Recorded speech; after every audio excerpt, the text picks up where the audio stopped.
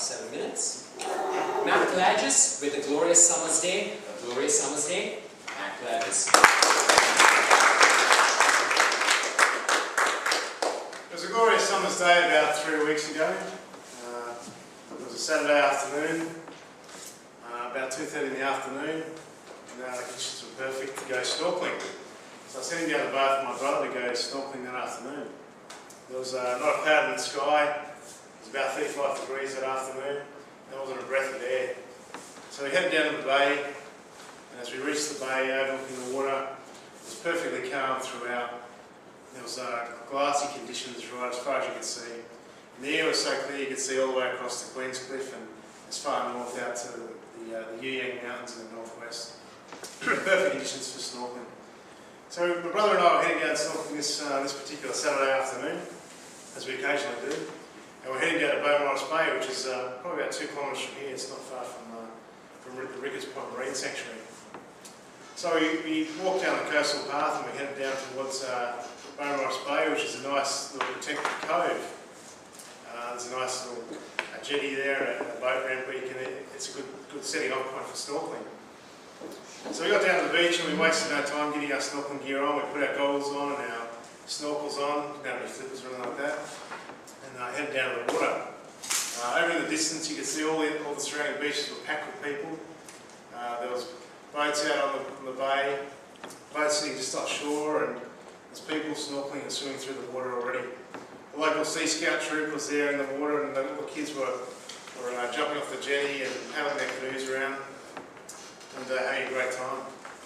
So we wasted no time getting in the water. We walked in, we walked down the boat ramp, walked out, we waded out along the jetty and dived into the water. The water temperature on this particular day was ideal. It was about 20-21 degrees, just perfect for swimming. So we dived in and it was crystal clear water, just perfect conditions. So we took off swimming along and paddling and looking at the amazing undersea environment beneath us.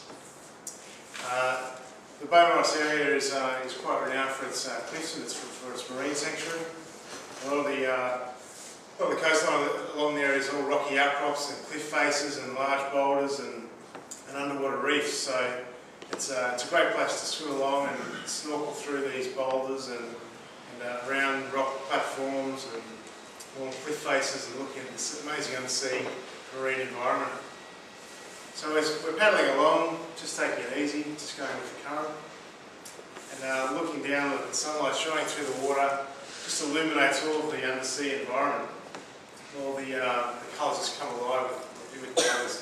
So you have almost fluorescent type seagrass down there and sort of coral features that just come alive in a real brilliance of colour. You know, fish darting in and out of rocks. So we swam along, we swam around these boulders and along the cliffs. We swam through a large rock canyon with a sandy bottom and out through the other end. After a while I was about probably swimming along and I was about 20 or 30 metres ahead of my brother. By that stage his goggles strap were broken as they normally do. So he was trying to swim with his goggles on, holding one hand and swimming with the other hand. So after a while I was about probably 30-40 metres out in front of him. I came up against this large rock platform. It was low tide at the time, so I was covered by about maybe half a foot of water, so I couldn't swim over it, I had to swim around it.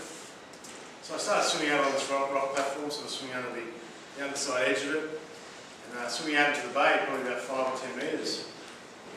I got to the end of the rock platform and I kept going around, and it was all going well. As I rounded the corner, I started back towards the shore. Out of the corner of my eye, I noticed down below a very large black shape coming up out of the water. This large black shape on an upward trajectory towards me. All I could see was this very large mouth like this coming towards me. So immediately panic set in. It was electrifying panic. I just couldn't control it. I was in a grip of terror at that stage and immense fear. But I had my arms going every which way, I had legs going every which way. I swallowed about 6 mouthfuls of water and then I started to sink. My goggles were off and it was just a mess, just arms and legs going every which way. I always thought that getting attacked by a shark was probably the worst way to die. And I do have a great fear of being attacked by sharks. And I always had a plan in the back of my mind of what I'd do if that situation ever arose. My plan was always to try and grab the shark before it actually attacked me. Somehow grab it and then maybe manoeuvre around the back of this shark and then try and give it a big bear hug and crush it to death. That was always my plan if I ever got attacked by a shark. I was ever in that situation. But when I saw this black shape moving up out of the water, all my plans and my ideas of getting heroics quickly evaporated. There was just panic and terror and just this immense fear that I had of this shark. So after a few moments I managed to regain a little bit of composure and I started swimming like an idiot, like this, swimming, legs going every which way. Immediately turned around and I took off back in the direction that I came. I was swimming as fast as I could and I was probably only going about very slowly. And after about 2 lengths I thought to myself, I want to turn around and have a look at this monster that's following me. I've got to see how many moments I've got left before I get killed. And then with great fear, I was paddling along and swallowing water. And I turned around, and there it was, a large, gentle manta ray gracefully sailing off in the distance. Thank you.